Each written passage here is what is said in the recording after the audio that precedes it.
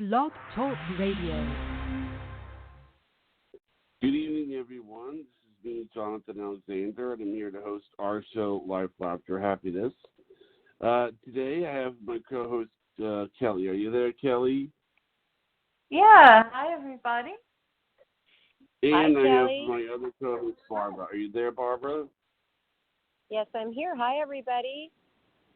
Hi. Now, Kelly, why don't you introduce everyone to the guest that we had today? Because you had her, you knew her, and you should you really were good friends with her. And you're the one that brought her on. All right.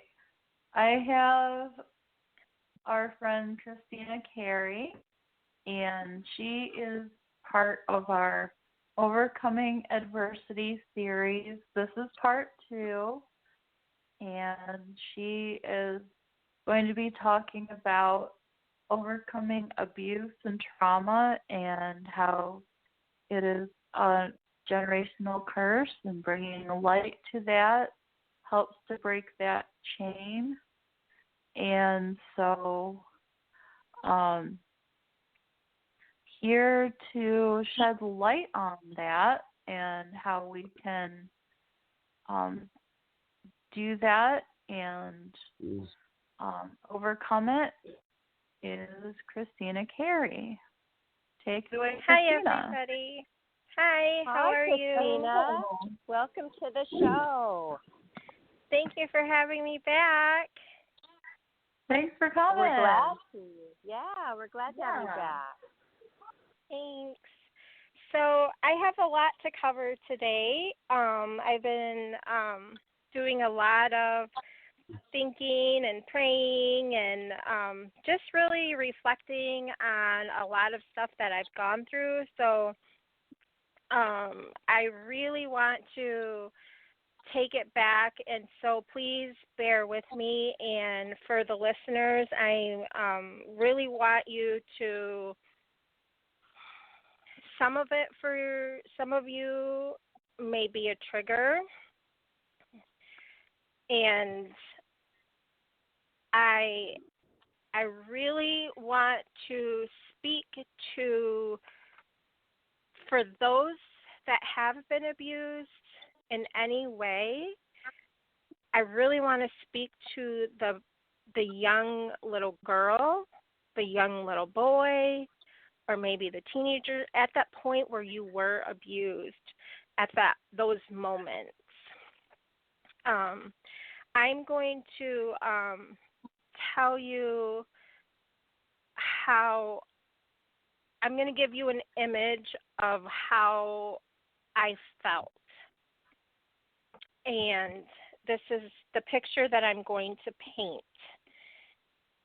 It's of me being a little girl with the scars and the bruises, with the words of the different types of hatred and rejection, the chains of every abuse, always feeling like I'm in a pile of sharp glass waiting to cut me. So if you have that image in your head, for me, I'm just, at that moment, I'm sitting there. I can still move around because, of course, it's like when you're walking on eggshells. But for me, I felt like I was walking on glass because it was, nothing I did was ever good enough.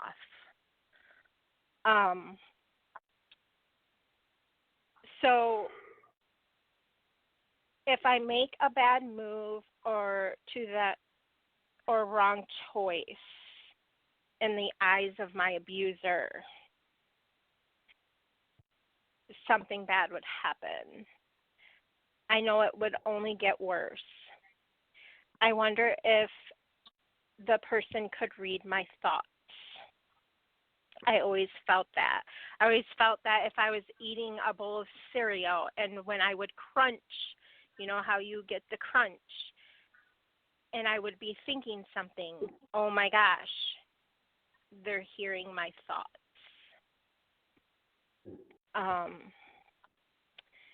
every move I made was never good enough. I was never good enough. The chains, there was always a chain that was on me, not physically, but when I talk about a chain that I felt that was on me, it was a chain, and it's a scene and an image like I was introduced to pornography.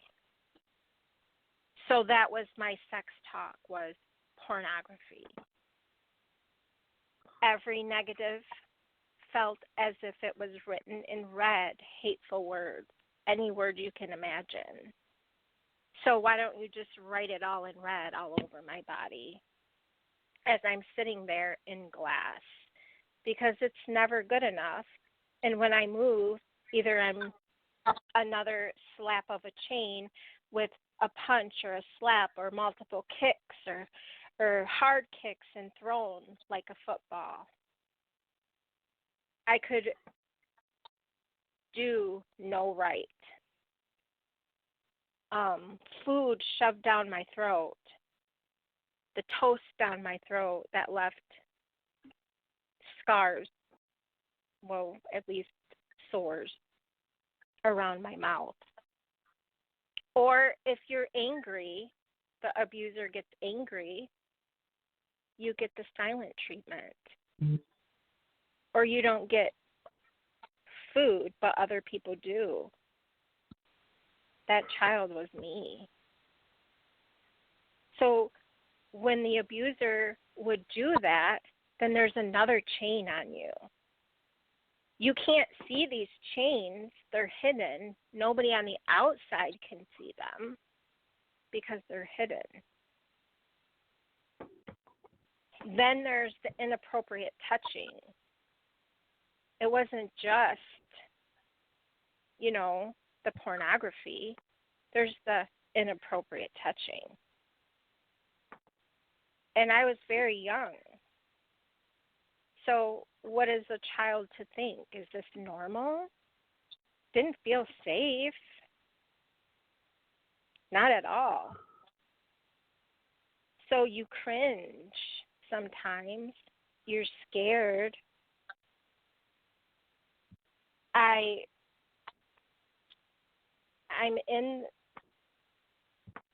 All I could think of is the walls that were chipping paint, the cement walls that chipped paint. It's shivering. I'm shivering. It's cold. I'm frightened. But what's next? The person, the abuser that is waiting to see me naked. And it was becoming normal. But it's not normal. It was wrong. Then it came to a point where here I am. You want to feel safe somewhere.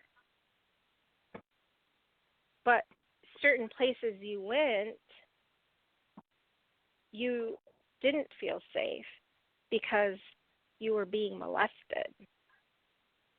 So a lot of men that were supposed to be your protectors, that said they loved you, that are supposed to do everything that they can for you, were actually hurting you. And this doesn't give them an excuse, but I'm pretty sure those things happen to them. But I always wondered if I was the only one.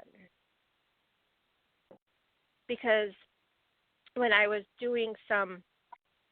looking up some things, usually it's about 4 to 6 other children that it happened to. So that always pondered my mind. So all these chains that are on you, you're trying to figure out, okay, why Why is this happening? These chains were locked on me by men that I trusted, the men that were supposed to be my protectors. I never felt safe at many places. My mom never knew until that one evening. The one evening that a bunch of investigators came to my babysitter's house and took me away. And what saved me, and they figured out that I wasn't lying, is that pornography. The projector and the pornography. They knew that. They found it. But when I went to a place for 2 weeks, I learned something there. Even at that very young age, I was very, very young. I saw a rainbow. And rainbows are very significant to me for many reasons. They hold promises. And I was with my mom when I saw this rainbow. Not only that, I was, pardon? Not only that, were you going to ask a question? No, I think that was feedback. Okay. Not only that, I sat there, and as I was being taken away, there's this man, he's asking a million questions, and I'm just like, stop asking me all these questions. I'm scared. I want my mom because my mom is everything to me. She's the only one that pays attention, and she listens, and she doesn't do any harm to me. I just want my mom. That's all I want. So I could feel the pain and crying and screaming and throwing these temper tantrums in this room that I had to go in. And I remember every time he would come and see me, that I would have to go and talk to him, that I would have to go through all of that pain all over again about talking about the one specific person, because he didn't know about the rest of them. He only knew about the one. And so talking to him about the one specific person, and that was a horrible thing for me. But getting through that and going back to the room, being able to go back home to my mom later. And one of the most amazing parts about that specific experience, see, I always try to look at the positive about every negative. Because to me, for every negative, there's 3 positives. In this situation, I was taken away. But in this facility that I had to go to, I learned and witnessed this beautiful mom, this beautiful teen mom, loved her daughter, this beautiful baby girl, sacrificed her love to give her up for adoption. And I was so little at that point. And that was the first time that I heard about adoption and what it meant. So that was a seed that was planted of how special life was about adoption and precious babies are, and a love from a mom besides the love my mom had for me. So that was one. The other one was that rainbow. My mom and I went out to see a movie, and I didn't realize how precious that rainbow was going to be and what it meant until later in life. That man that took me away, I hated him until I realized how much he impacted my life that day. And then how much I impacted his. Because later in life, I called him up, found him through an old coworker, and said, "Can I meet you for coffee?" He came over, and I told him my whole everything that had happened. He always wondered what happened with my mom and I. He wondered what happened with the whole case because, once they're done, they're done.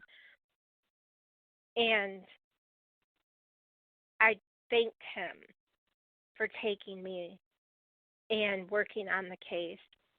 And I apologized for my behavior. I didn't know better because I was scared and he understood that. However, that happened. And so I found the 3 positives out of that negative. And that was very important to me.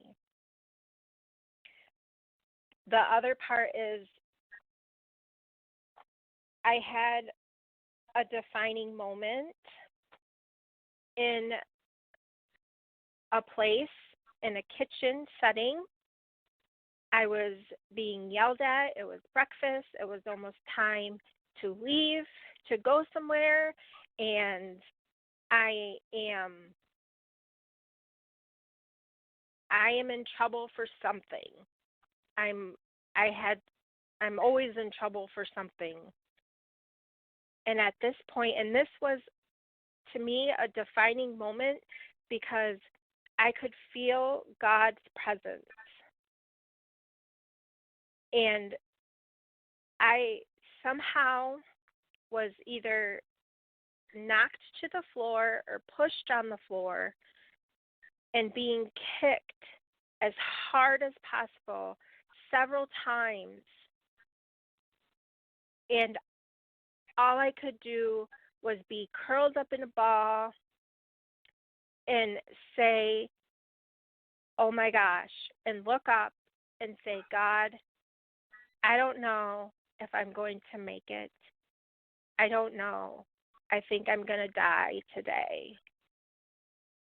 That's all I could think of. I remember that day. I remember fully that moment.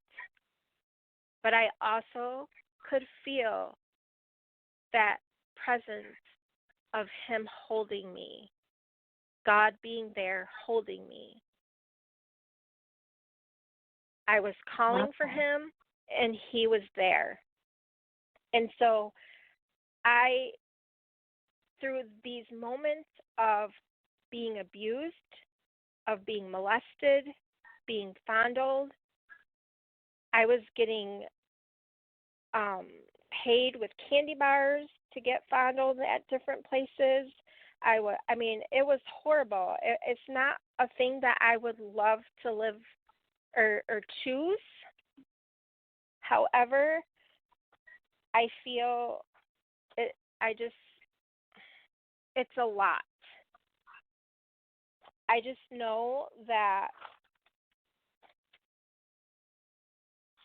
God's word says that no weapon formed against me will prosper, and that's in Isaiah 54:17. And I know that's true. I know that everything that I have gone through is going to be used for good. I know that I am who he says I am. And to the listeners and to the person that's being abused or has been abused, you are not who they say you are by your abuser. You are who God says you are. That's who you are. Whoever they say you are, that is a lie from the pit of hell. That's right. You are amazing. You are beautiful. You are handsome. You have purpose. God made you with purpose. You may be going through this. You may be in depression. You may be stuck in a rut because you have been abused. But you have to get up. You have to. It's not easy. It's hard. But you can do it. There's many people that believe in you. I believe in you. I did it. My mama did it. I know a lot of people that did it. I know that you can do it.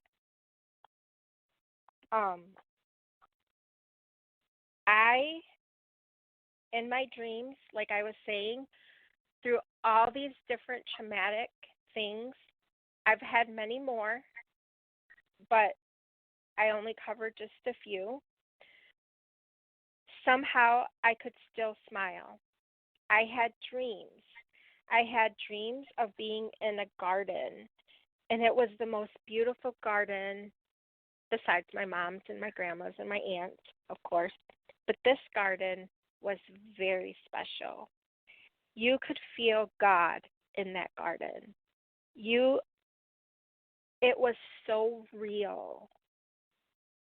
And the craziest part about this garden, years later, when I married, I went to this place and I looked around and I looked at my love and I said, I've been here before. This looks like the garden in my dreams. I swear I've been here before. And I only told my love that, and then I got back and I made some phone calls. I asked my mom and I said, Mom, did you ever take me here before? No, we've never been there before. So I know God took me to this garden. This was a special place. Not only that, I would sing. I would sing every time I would get scared, or just sing to praise God in the shower, in the bathroom, just whenever I could. And it's crazy because in the last couple of years, there's this special song that I absolutely love, and that's when I learned that I was praising God, and I didn't even know when I was little. I was praising Jesus, and I didn't even know until the last couple years, sorry. I remember my mom always saying, have faith, and my grandmother praying, and my aunt told me once, keep praying whenever you get scared. Jesus is right there. Just say, in Jesus' name. He's always there. See, when you're planting seeds, you choose to plant seeds of good or plant seeds of negativity. The abuser plants seeds of negativity and curses and hatred, and they go on for generations and generations unless someone stands up and stops it. You have to bring it to light, and I refuse to keep letting it go. I'm going to stand up. And going through the process that I have gone through, I didn't realize how much I had learned just from the little bit that I told you at a young age. I was able to help young girls in 4th grade, 6th grade, and a few other ones. I knew exactly what to do because I went through the process. And to me, that is something that you should just be playing with dolls and Barbies and things like that. And not that I didn't play with those things, but we shouldn't know those things. But I'm glad I did. I'm so blessed to know those things because who would have helped them? Who would have they gone to? That's so true.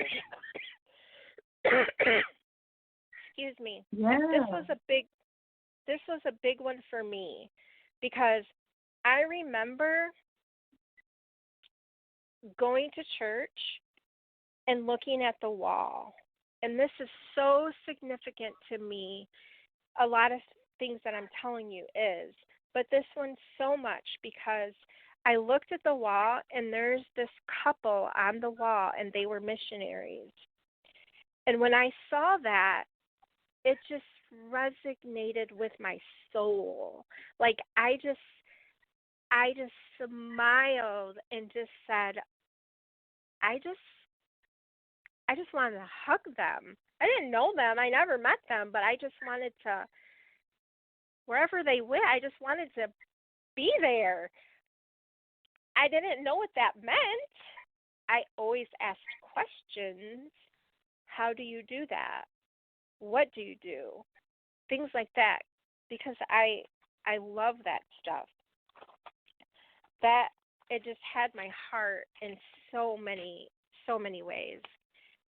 Then I remember looking at a globe map, and I would point my finger down and say, I'm going to go here, and I'm going to go there, and I'm going to go here. And mind you, I'm still being abused, but God was putting seeds. He was putting those things either in my dreams, showing me things, putting other people in my life, whether they were around me or on TV. And I say TV because Mother Teresa, oh my gosh, I love her. She's so humble. She was so humble, and look what she just loved on the world. And look at Princess Diana. She did the same, and I absolutely loved them. And my mom did the same, and I remember, like, this was a huge thing for me, too, like homelessness. Like, I have a passion for people that are homeless. And there was this man that used to come around our neighborhood either on a bike or with a grocery cart with all of his belongings. And we named him Buffalo because we didn't know his name. And my mom would never hesitate for me to give him food. Whatever I wanted to give him, I was allowed to. She let me explore my gifts of loving others just the way they are. And she was the same way. I wanted to explore other countries. When I did that on the map, I loved Mother Teresa. I loved all these people. I didn't understand why I was being abused. I didn't understand all of those things and why I'm being, I know it sounds like I'm going off of being abused, but there's a purpose for this. So all of that is done. Now, I go to talk about all of those things during my abuse. I'm going to go back to that. I could feel so many different levels of pain and trauma, verbally, emotionally, just everything imaginably. That took me to a different level of being able to help others. I was able, like I said, I was able to help some of the young girls. I was been able to be there for students. I've been able to use that knowledge for other things. So that's why I incorporated that. But a lot of that stuff will go into a different segment, I believe. But I want to go and I want to talk more into speaking to, like I said earlier, the inner child of the person, the listeners, actually. Because there's a lot of you that either are going through what I went through or have gone. And a lot of people don't want to talk about it. A lot of people like to just shove it. And what happens is you become so bitter, angry. Sometimes it can lead to suicide because you just don't know what to do with yourself because you're so broken inside. For me, I took a lot. I did go to therapy. I did. I gave a lot of it to God. I did a lot of praying. I still do. I scriptures help me when we talk about self-help in those types of areas. I mean, I was in, I think it was like 7 or 8 years ago. I was so broken that I didn't know about when I would go to, I think I was living in Florida, and I would go see, I call her, she's a great friend, but she's also a spiritual mom for me. And one day I went into her office, and I just felt disgusting. And I said, did I do something wrong? Because I said this and I said that, and now I feel like I did something wrong. And she had to look at me and say, Christina, you are the daughter of the Most High. You are the apple of His eyes. And she just started pouring scriptures after scriptures to me because the manipulation and the torment that the abuser was doing or had done in the past still affected that day. And it was when I moved to Florida And hearing words like that, reversing, flipping the mindset, and hearing what God says about you, finding your identity in what God says, not what man says, because man will fail you. God doesn't. He's there for you through everything. He may not give you all the answers that you want him to give, but in the end, it's always for your good. But it's, some of the questions that do come up is, why do bad things happen? Like, why did I get abused? Well, God didn't want that for me. It was the abuser's decision. It was his choice. I don't care what excuse that he has. It was his decision. That's why. Yeah. Now, the other part is,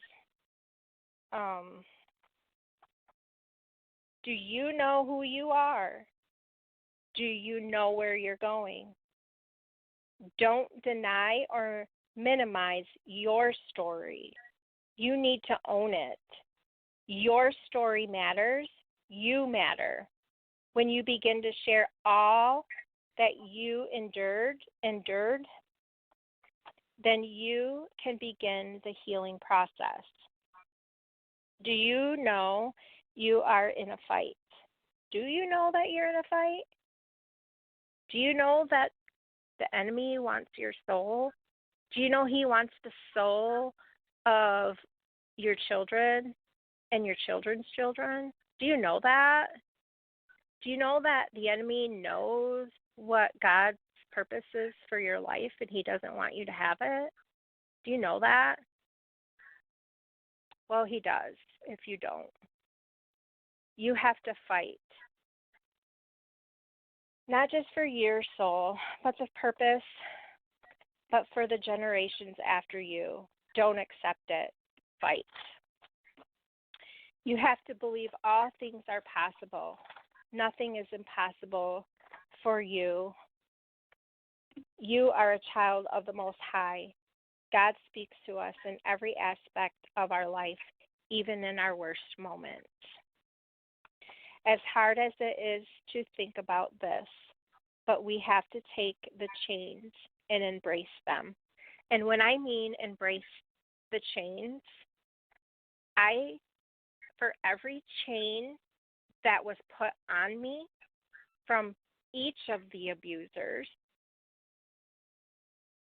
I had to think of how I could take them and use it to glorify God. How I could not just glorify God, but how could I help other people? How am I able to help other people, but stop letting it move forward, bring it to light? But most of all, it has to glorify God. If God's not in it, then I don't want it. First and foremost, God has to be in it.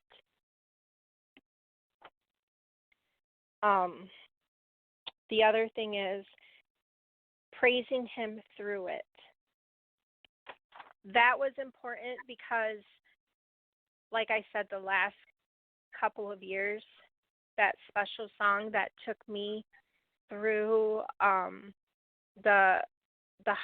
of the hardest parts of my life, besides what I'm sharing with you now, I learned that I actually was praising God through the storm and didn't even realize it until then. And know that forgiveness is another part of your healing. Forgiveness is for you so that you can move on, so that you can heal. You don't need to hold on to that stuff. We have to let it go, as hard as it is. We don't have to walk on those glasses, the glass that I shared with you earlier. We don't need to be written on. That can all be erased and changed. We don't need that. Forgiveness is important.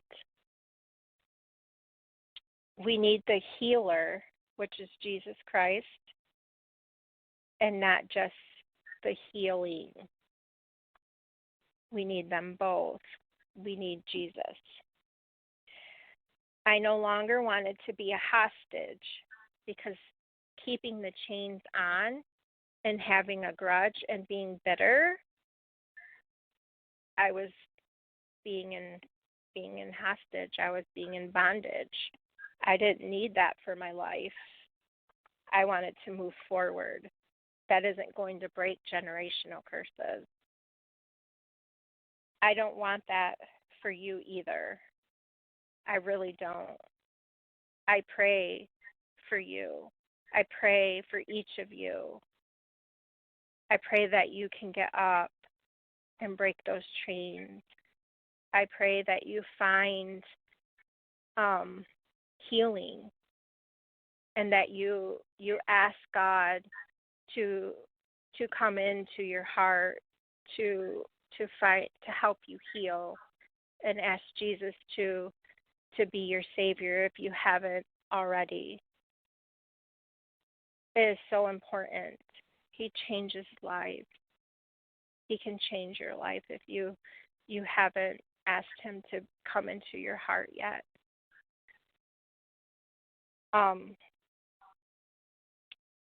You're a weapon. Know that you are a mighty warrior. You are a child of the Most High. The Lord is with you, mighty warrior. And that's in Judges 6-12. I too am a mighty warrior. And we are all children of the Most High. You are not defined by what happened to you.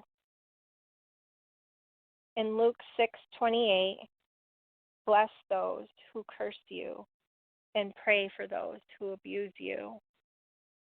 Now, I have to say, for those that are listening that are or who have abused people, please repent. I pray that you do. I have been praying for you. God is waiting for you. He is. Pray that he has mercy. Beg for mercy. Ask for forgiveness. It is vital for your soul.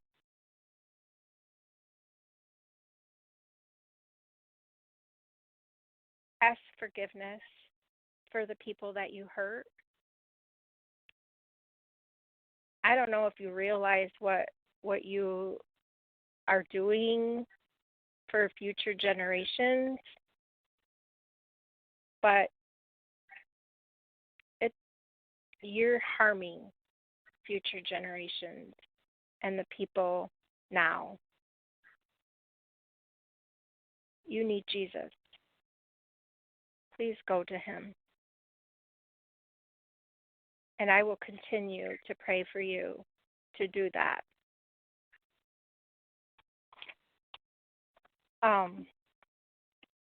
I'm almost done. Fear not, for I have redeemed you. I have called you by name. You are mine. When you pass through the waters, I will be with you. and through the rivers, they shall not overwhelm you. When you walk through fire, you shall not be burned, and the flame shall not consume you. For I am the Lord your God, the Holy One of Israel, your Savior. Isaiah 43, 1 through 3. You know, true beauty begins inside, and that comes from 1 Peter 3, 4. And for the people that are still struggling and hurting and that are just broken, God makes your brokenness into beautiful things. If you asked me a year ago, where would I be? I can't tell you I would be sitting here talking to you right now. I would say I would be listening to some beats, praying, listening to that special song, asking God some very serious questions. Because my life has changed tremendously.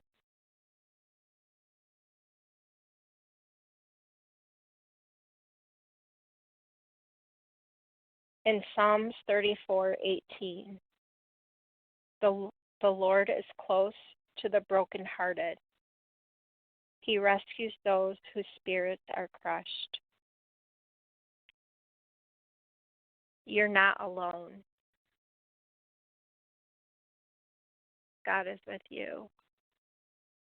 And every single day that my heart has been crushed, and let me tell you, He's been with me.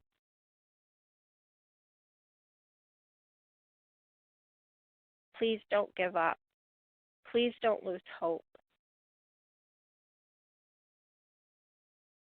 You have a purpose.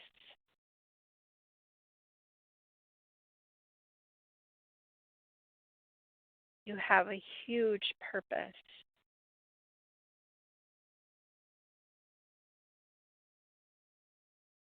You have to get up. And I hope that this helped you today. Oh, wow. It really did. I'm sure it helped so many people. You are an amazing witness. I mean, not only are you strong, that took a lot of strength. You're talented. Wow, Christina, you have an amazing talent for speaking. Wow. Thank you. Yes, for sure. I give it all to God. Yes. Libya, And that is, I mean, was it relaxing for you to do that? I think for me, I have my focus on God's plan, and like I said earlier, in order for me to take chains off, why did they come off? Why did they get put on? Just how can I learn from those? Who is it going to help?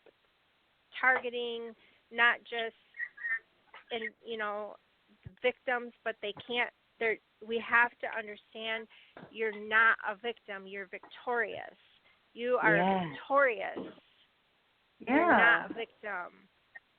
And then to the person that is abusing, they need to, they have, it's probably been done to them. They need to dig up the roots. They have to do that. Yeah. So, I mean, excuse me, it's not an easy thing to go through. Would I change anything? No, I wouldn't. Would I choose it? No. However, would I go through it again? Yes, I would, because I wouldn't be the person that I am today. That's right. And what you were saying in the beginning, how when you help these youngsters with what they're going through, if this didn't happen to you, how would you know how to help them the way you are? And this is why, because so many times we do ask, why is this happening to me? But you are turning this all around to help others. And if it didn't happen to you, you wouldn't be helping so many people. So that is the why. Is that how you're thinking right now, that's why, because you're now able to help so many? Yes, and I think also, too, is there's so many people that say, well, I already said sorry, or, but in reality, you can say sorry, you can say you repented, but do you really know what repentance means? There's true repentance and there's fake repentance. Which one are you? Or just are you denial? Saying, yeah, so most people will not admit to it. They are in such denial because it's so horrific what they've done. Excuse me. And not only that, it goes back to don't make your kids hug everybody. Like our family, right. We hug everyone. But like in some cases now I notice like some won't do it anymore. You don't know. You don't know what's happening wherever you go. You can't trust people. You don't know what's happening. Like I tell my daughter, you need to be careful with my grandbaby, and she knows too, like she's very cautious wherever our grandbaby goes. She's very cautious because she knows and there's other people too. They're very cautious of where their children go because they know. So, it's not something that you just let your children just go. You have to be careful with the babysitter. You have to be careful at school. Now it's even then, I've heard so many stories, and it's not good. Yeah. And it used to be that people just let their kids go out and play and come back when the street lights came on, and nowadays people are being more careful, but you still hear about these free range kids that are allowed to go anywhere and do anything and without adult supervision, and it's scary. You hear about all these things on the internet, and they were going on before. It's just there was less reporting before, but it still happened. Right. And you have to think about too is, yep, we have the sex offender list, but that it's there. But what about the people that before the sex offender list came out? Mhm. Or the people that haven't been caught? Yeah, they're not on there. Or people that abuse in other ways. They're not on a list. You just have to be careful, and it's not even just that. It's how do you talk to people? How do you look at people? Like, there's so many other different ways. Even in it could be your workplace, it could be at school, it could be in the store. Just different things. I know we teach our kids, the different ways, and they're very aware. And they're open about things, and sometimes I think too open, but yeah. They can even be other kids. When you hear about so-and-so's kids are doing such and such, you're like, but they're only in elementary school. Holy cow, Yeah, but you got to think, too, where are they learning it from? It doesn't always have to be learning it from school. And I was thinking the other day, too, is what are you teaching them? Are you calling your kids a sissy? Are you calling them stupid? Are you calling them out of their name?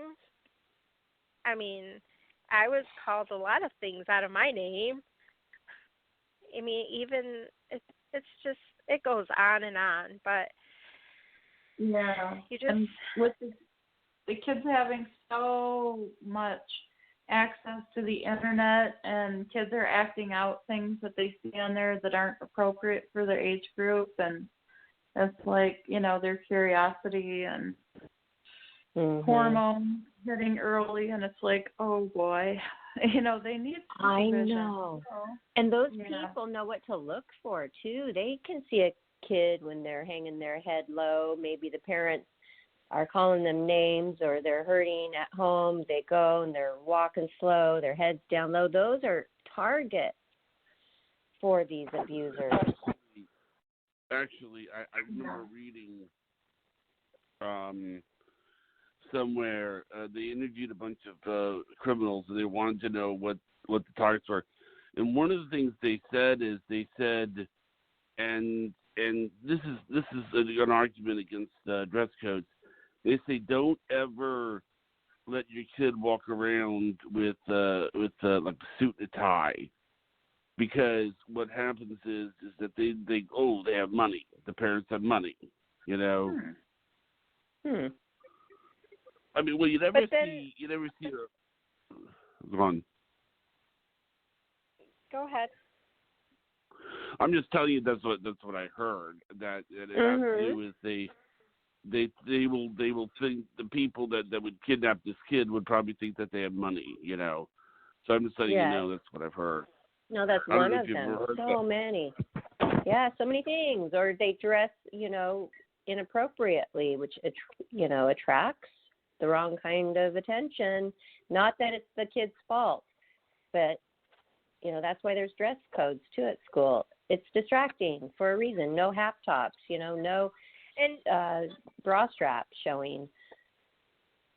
And to me, too, like, even though that there is the dress code, and even in public, like, it does not give any person the right to violate another person. Just because you have Daisy Dukes on, or just because you're showing cleavage, does not give the right for another person to violate. That's so true. Definitely not. So no excuse. I mean, none at all. And that goes vice versa. It doesn't matter. I don't care, you know, it goes the other way, because we always talk about how women are being violated, but men get violated too. That's men get abused too. Boys get abused too. I believe I saw 1 out of 6 boys get sexually abused, and then it's 1 out of 4 girls that get sexually abused. And it's probably a lot higher. And that was, I don't remember if it was a year ago that study was done, that surveyor study. So, but it's so much more of talking of women and not so much of men or boys. But we have to talk about that too, because they get left out. I know there's been boys that have been molested for years and years, and nobody said anything, and nothing's done about it, or it gets hushed, or what can you do about it? And then they act out, and it's not a good thing. You got to speak it out. You have to bring it to light. And you know what? If the child is bringing it out to light, if the teenager is bringing it out to light, the parents or the aunt or the babysitter or the friend, somebody has to listen. They need to listen to these kids, or listen to the adult that it happened to, because sometimes that doesn't always happen. Yeah, even and with problem, go ahead. oh yeah, and the thing is too is that I know a lot of guys that have been sexually or physically abused, and they either by a male or by a female, and they can't, like, it's hard for them to say it's happened to me, because if it was by a female, they get laughed at by other guys saying, well, how is it rape or whatever, or how's your woman treating you? Just put her in her place, or but the guys are afraid to even defend themselves because they're afraid that if they do that the woman can turn around and turn it back around on them.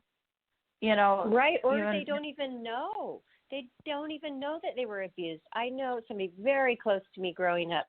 They were just casually talking about how the girlfriend of their father was massaging them and then started fondling them, and then but they're like, but it felt good, but then they had all kinds of problems, and then they're like, there was a school teacher there, and she says, that was not okay. You were abused. They did not even know they were abused.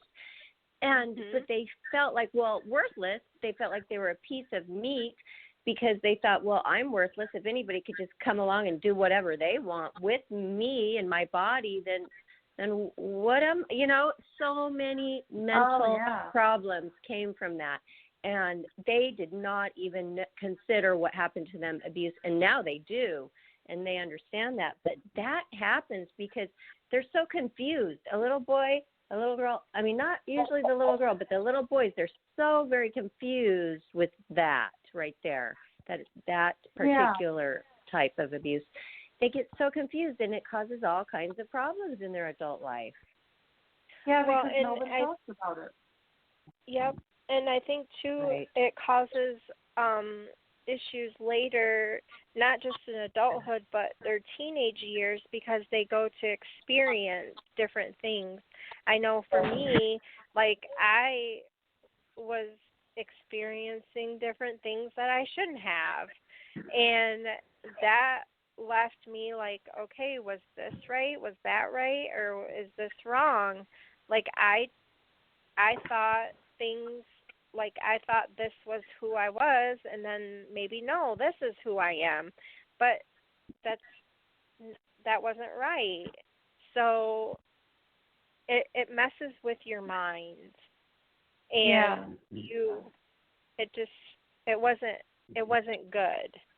So I'm glad I worked through that. I'm glad that I have the support that I had, or I still have. Like, I have my babe, very supportive. My aunt, well, I had my mom. She's no longer here, and my pop's no longer here. But, I do still have a good support. But, yeah, other than that, I don't think people, I mean, there's a majority of people that realize what it does affect, but there are some that there's consequences later in life. This is what happens.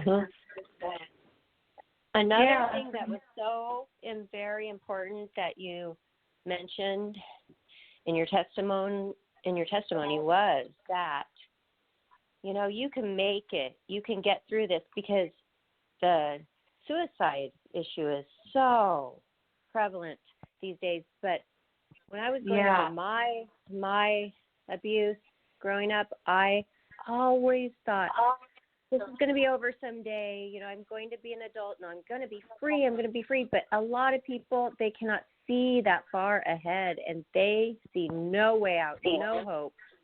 They want to end their life. And you found strength somewhere, and I liked how you said, but I was still smiling. There are some people who can still smile. There are people who can see the light, but there are so many who cannot. So it is very important. I'm so glad you came on today to raise awareness to this issue. This issue right here, suicide, too, is what I want to support. I want to support abused children and the suicide issue with a charitable organization. Those are the two things. I'm so very grateful for you, Christina, that you came on and that we're having this series. Yes. Thank you for having me. Yeah, you know what? It does bring that about when you've had abuse, because it affected me like all throughout like adulthood. And like, you know, as a teen, I was like, I would overreact. Like, you know, you want to like push it out and be like, I'm sweet and innocent, and no, I could never do those things. And then it's like you go to the other extreme, like, okay, cut the crap, I'm an adult. So, okay, what does that mean exactly? What does that mean that I will permit in my life? You know, where's my boundary? You know, what is it that I'm allowed to enjoy? You know, and how far does that go? You know, and then it's like, what kind of person am I going to allow in my life? What's normal? That was a huge question, is what exactly, you know, what the heck is normal? Right. You know, that was a huge thing. Like, give me an example. Like, normal felt like boring for a while because I didn't know what it was. And it was like, wait a minute, you mean there's like no excitement? You know, and it's like excitement, you know, it's like, wait a minute, you know, like, okay, wait, drama is, I don't need drama. You know, I'm like older now. I'm looking back. I'm like, okay, you know, high drama, you know, like having to have everything on the edge of excitement and all that stuff and not knowing what's happening next. I don't have time for that. I don't need the adrenaline rush and the, you know, like, you know, the roller coaster ride. You know, I don't want that. But it took you years to get to that point, and those years were stripped of you, really, from the abuse that you endured that made you so confused. Yeah. And that's like, I'm glad I'm done with that. You know, in the words that Karen would say, what is it? She would say, and now for something completely different. And it is. And you know, I am so grateful to God for that I gave, you know, something completely different a chance, because I'm thoroughly enjoying completely different. It's like, so this is normal. This is what normal is that everybody talks about. This is a fulfilled life, right, Kelly? This is what fulfillment feels like. Wow. Yeah. I'm like, I get it now, you know? Thank goodness. I always, I think that it messes with relationships too, because sometimes I always tell my love, like, don't touch me like that. You have to just, I mean, and it could be just a soft little touch, and I'm like, don't do that. Or I'm really good about, like, I love chocolate. I didn't used to like chocolate. It took me a long time, and I don't get angry if somebody buys me a Crunch bar or something, but that's what I used to get paid by. Like, a certain person used to stop at the store, buy me lots of Crunch bars and whatever. Here you go. I'm paying you for letting me feel all over you. And the Crunch bar sticks out, and I'm like, don't buy me that. I don't want to see a Crunch bar. I mean, I'll see them here and there, and it doesn't bother me, but I don't want nothing to do with them. They disgust me. So, like, there are still certain things. Yeah, it's a trigger, but it's not a trigger to the point where I'm going to go off. But it's still there. Still there. Like, yeah, gotta go. Yeah. Right. Yeah. But you'll still find little things that bother you. Like, just don't say that. Right. Yeah. But there's so many exercises that you can do, which you've probably learned to control it to where you don't go completely berserk if you are triggered. But I mean, you wouldn't be human if those things still didn't affect you somewhat. I mean, it's there forever. So that's good, and I hope that we can touch upon those things that we could do maybe in those circumstances when that happens, when we're triggered. I mean, you probably do know a lot of what we could do. Oh, yes. There's some, we have those little ball thingies. What are those called? Now I can't think of the name of those. Like the stress where balls? you squeeze the ball. The stress balls. Mm-hmm, and then the stress balls. We have, those are nice. I like those. Yeah. But there's other things that you can do, or like you go out. I love my music. I usually go to my music for everything.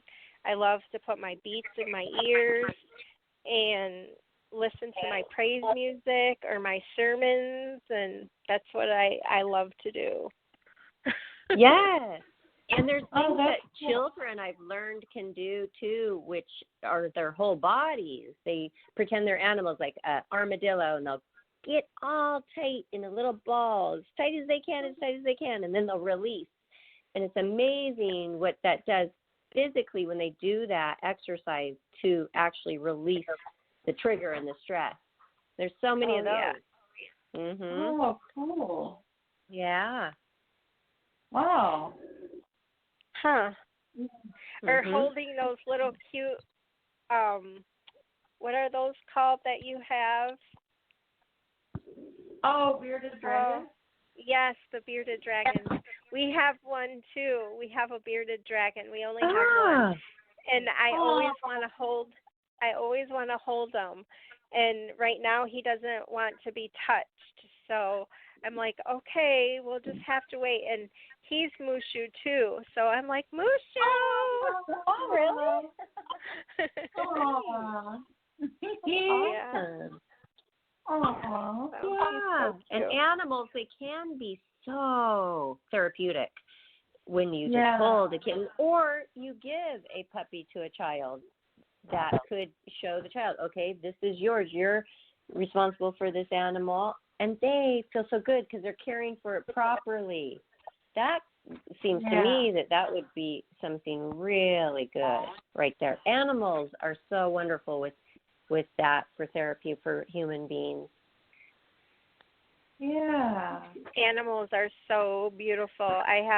We have cats and then dogs, and then I know my nephew has cats. My niece and nephew has cats. So I think those they love to care for those. But my cat picked me, and I don't know why he picked me, but he did, and I think it was through that time, that phase of my mom being sick and that transition time. And so we had a home for him and everything, and he just ended up saying, nope, I'm not going anywhere. He's like, I'm yours. Yep. So he's my therapy cat. So he's my baby. Aww. But there's a lot of other ways. Those hot showers, those are good too. Yeah. That's nice. We should share all of these things on our social media, our Life, Laughter, Happiness Facebook page, right, Kelly? We could put up some things that are exercises for triggers. Yeah. That would be great. Aromatherapy, like carry a little satchel or something with it. Yeah. And just a little, just doing it, just getting it out and knowing you're trying to care for yourself and you are aware that was a trigger. I'm going to do this. I'm going to get my little aromatherapy out. I'm taking care of myself. You know what? I'm not going to let this conquer me.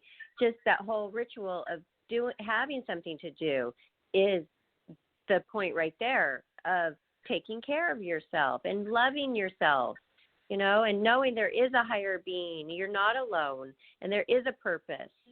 All those things, so important. Yeah. And realizing, too, that, yes, like for me, Nestle Crunch is always going to be there, right? It's always, somebody's always going to have it, and I'm going to see it somewhere. So I already know that, so I'm going to be prepared for that. I'm going to see it one day. Okay, I'm going to need to get over it. And not to say it lightly, but prepare myself. Prepare myself that I will see it. It's Christmas time. People are sharing it. It's in a candy jar, whatever. It's there. I'm going to see it. What am I going to do? Your trigger might be something else. What are you going to do when it comes up? So preparing yourself ahead of time and trying to understand that. Why is it a trigger? How are you going to work through it before it happens so that you can better prepare yourself for when it does happen? Yeah, good point. That's right. Good point. Yeah, you're not caught unaware. I mean, because you know it's going to happen at some point. Right. And just like Christina, here you are on the show with two co-hosts that have endured a childhood with abuse. So, because sometimes you're probably speaking to a group or a crowd, and you're wondering, maybe, does anybody get what I'm saying? Well, 1 out of 6, 1 out of 5, 1 out of 4, whatever the statistics are this year or last year, or whatever the statistics are going to be next year, there's a lot of us. There's a lot of them out there. And you know what? Even if they don't admit, hey, that happened to me, they're there. And so you are helping so many people. I really admire you. Yeah. Thank you. And I admire you guys because I had no idea until you guys said something, and you guys are sharing, a little bit of how you guys dealt with it and your story a little bit, and that means a lot too. So, and you guys are helping a lot of people too. Thank you. Thank you. Yeah. And not only that, but it continues into adulthood, doesn't it, Kelly? I mean, you're a child, you withstand it, and then you grow, and you're an adult woman, and then you've got to deal with all that. I'm still dealing with it. Yeah. Yeah.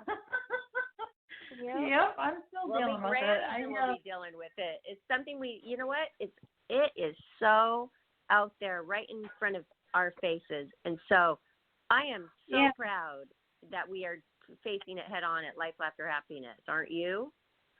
I am. Yes. And I am too. And I'm glad you brought up suicide because, I've actually attempted it a few times, but, that's behind me. But, it's behind me. Thank goodness. Thank goodness. But you know what? I understand. I totally understand you attempting it because, sometimes you're just like, well, what's the point? Life is so horrible. This is awful. I mean, so many emotions are going through your head at a very young age. I understand. I really do. I understand. Yep. Yeah. I do too. I understand too. And we've had a lot of suicide, and we used to help with the suicide walk. And there's so many, and there's so many reasons why, but like for you, like to have all that inside, it's a lot, and it's so hard. So true. Yeah. And I just want to hug you right now. Oh, thank you. Oh, but I like you. It's like if I had to do it all over again, I wouldn't change anything as much as as horrible as some of those things were because, I can identify with people. I understand. I can help people with it.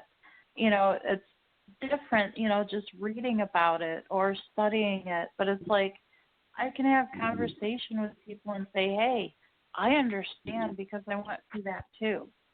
Yep. And that speaks volumes, It really does. Because until it happens to you, you don't really fully understand it, because there's always that question that everybody has, like, well, why didn't you tell? Well, you know what? When you're a child, you don't have those kind of communication skills, for one thing. And another thing, you're already browbeaten to the point where you can't even say a peep. I mean, like Christina said, she was always in trouble for something, and so was I. You're petrified. You're absolutely petrified. Yeah. Literally, meaning petrified, meaning you cannot move. You cannot do anything. Yeah, and even if you're trying to tell, you think that there's knowing your thoughts. That's true. Yeah. I remember you said that early in the show. That, I totally identified with that, Christina. Me too. I felt that. And so, like, and the other part, too, is I didn't attempt suicide, but I would pull my hair out. I would pull chunks of my hair out. But for the suicide part, like with other women or even men, you would be able to resonate with them and say, yeah, I did, and I tried that, and these were my thoughts, and this is why. So I'm more self-harmed. But attempting is one step more. But I thought about it. I thought thinking about is kind of an attempt, and also I thought about killing that person. That's not healthy for a 10-year-old, 8 to 15-year-old girl to be thinking in detail how they were going to kill their abuser. We should not be having those thoughts in our mind. There's a lot of other wonderful thoughts we should have in our mind. Right. It's common, though, but it's not pleasant and it's not healthy. But it's common. No. And it's so vivid, still in my mind. Yeah, I knew people that had that, growing up in that, and mine was just, like aimed at myself. Like I was a cutter for a while, and I hid it really well. But obviously, when you do that and you're bleeding, you can't hide it. But I did it well enough. I don't really have scars very much, but I had to go to the hospital a few times. But, And then you go through the whole thing, well, look you had to take me to the hospital because I'm doing this. And then what? Nothing was done, maybe. I don't know your situation, but sometimes people cut themselves. They're taken to the hospital, and then nothing. This is what happened to me. Something happened. I was at the sheriff's department because it was somebody did like roadies in our yard, and I was taken in, and then I thought, okay, here's my chance to tell the authorities of the other thing that's going on in my life. And I told that sheriff, and you know what? He kind of smirked. Nothing happened. I don't even know what he had told the parents of what I said to him. I thought, he's going to save me. No, he didn't save me. Nothing was done. Nothing. I probably got even more in trouble after that. So I'm going to say this.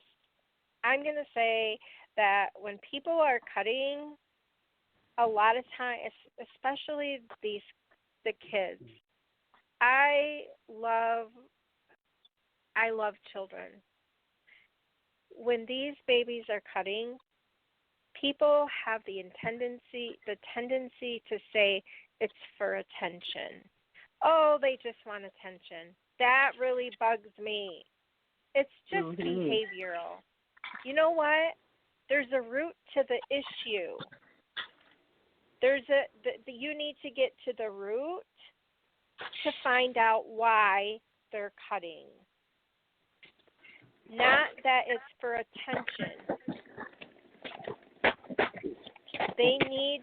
You need to figure it out. We have to figure it out why they're doing that. Because something's wrong. That's Something true. may have happened to them. You know, maybe their family, something's going on in their family. Maybe something happened to them. You don't know.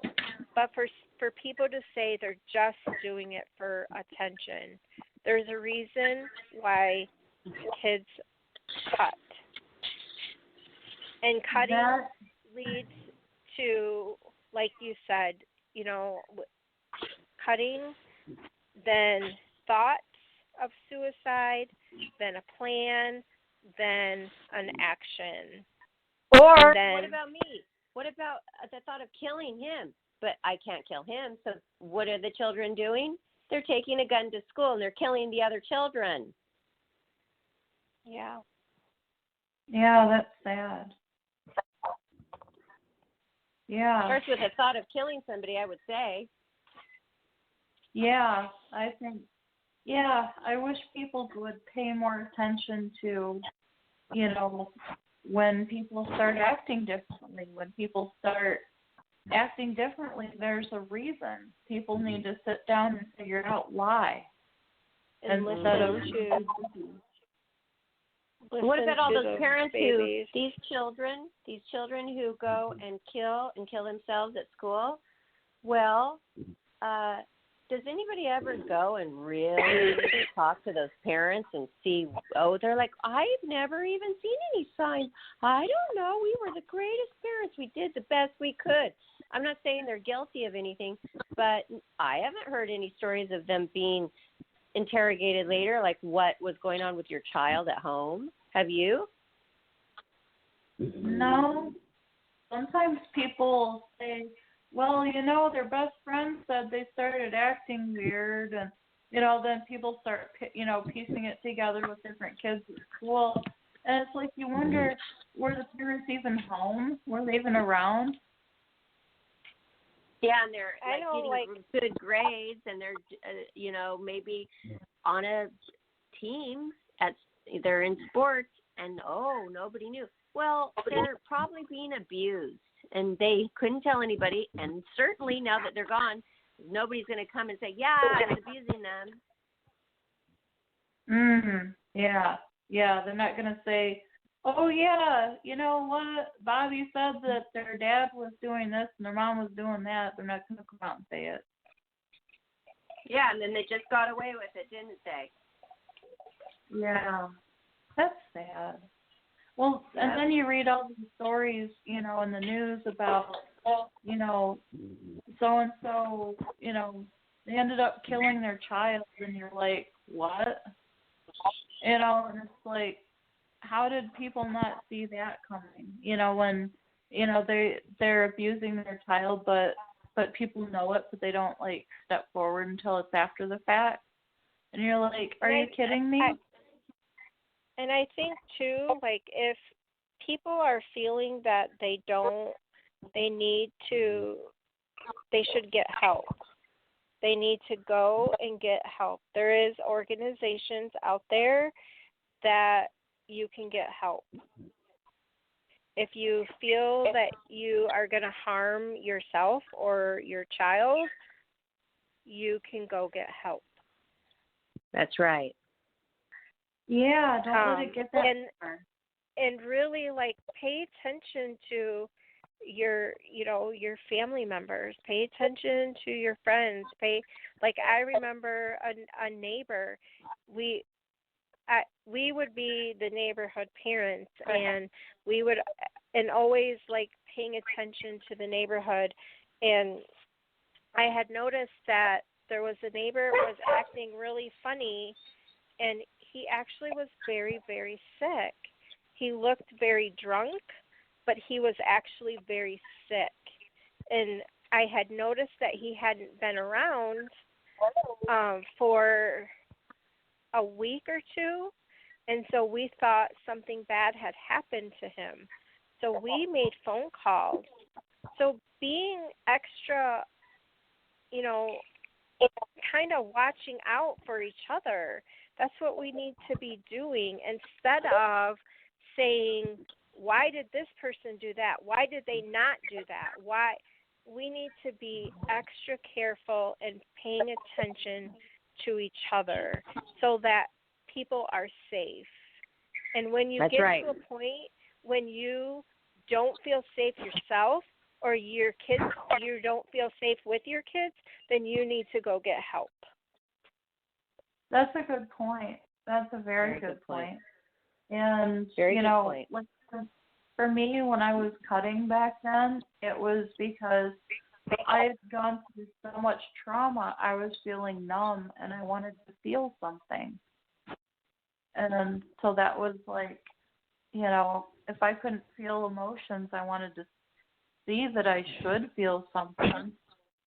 So, vision starts bleeding, so I should feel something. Physical pain a little bit, is better than not feeling anything at all. So, and you were acting out too. There's probably a lot that goes into cutting. You were acting out even though you were hiding it, but you were kind of wanting to show a sign, but then not wanting to. It's so very crazy. It messes with your mind so much. Abuse does. Well, you guys were coming up to that point. We're about out of time, but I want to stress this right now, which is very, very important for anybody listening. You can get help by reaching out to us. If you feel more comfortable with Kelly Walters here on the show tonight, co-host of Life, Laughter, Happiness. She runs, and we all run the Life, Laughter, Happiness Facebook page. If you feel more comfortable, you can direct message her there. If you feel more comfortable with me, I run the group, Life, Laughter, Happiness group page. I run the Instagram and the Twitter. You can direct message me. If you feel more comfortable with Johnny, our emails go straight to him on our Life, Laughter, Happiness website, lifelaughterhappiness.com. So there's a way to reach out to each and every one of us directly, and we'll keep your information private. We'll make sure that you get the help that you need. Do not feel alone. You have us. We will help you. And I can't stress that enough. Right, guys? Yes, absolutely. Right. Yes, get some help. And you can also contact me, too. Yeah. Christina, I wasn't really sure about that. So tell them how they could reach out to you, Christina. My Christina Carey on my Facebook page. You can message me. Great.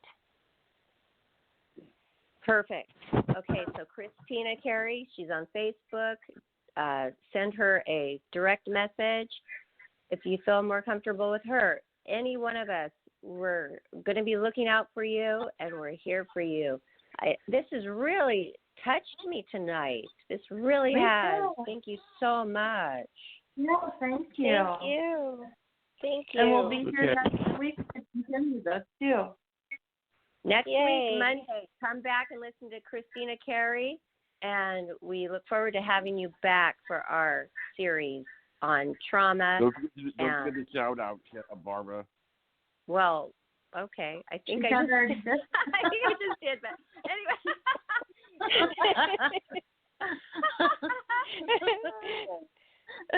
Don't forget to subscribe to us on YouTube. All right, you guys. Thank you so much. Have a good night. Everyone. Thank you. Good night, everyone.